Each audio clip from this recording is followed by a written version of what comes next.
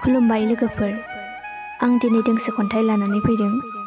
खन्थाइनि मुं अनजालि नों। खन्थाइखौ लिरदों अजय दैमारि आरो खन्थाइखौ आवरायदों जावलिया सिमां। फैदो बिदिब्ला बिथांनि खन्थाइखौ खोनासंलांदिनि। अनजालि नों। जारौ साना सोनाब फैसालिजों दोबैलांनाय बायदि आनज्रायलांबाय नों सना आंनि मेगननिफ्राय।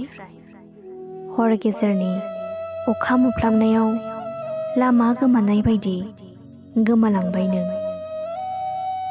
हर गेजेरनि सांग्रिमा जोंनाय सोरां बायदि आंनि जिउआ, सारअन्थाइ गावनाय बायदि आंनि संसारा। बेरे मोदै बायदिमोन आंनि मोजां मोननाया, खान्थाल आथा बादिमोन गोसो थोलायनाया।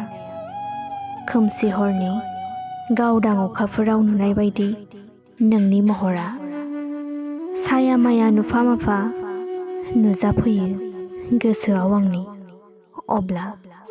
अब्ला जाखांफैयो गोसोआव आंनि अरायबो नोंनिनो सोंथि। एसेनोसै, गोजोन्थों।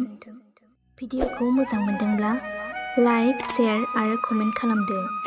लोगोसे जोंनि जावलिया सिमां इउटुब चेनेलखौ साबस्क्राइब खालामदो आरो फेसबुकआव नायदोंब्ला जोंनि जावलिया सिमां फेसबुक पेजखौ लाइक, फल' खालामदो।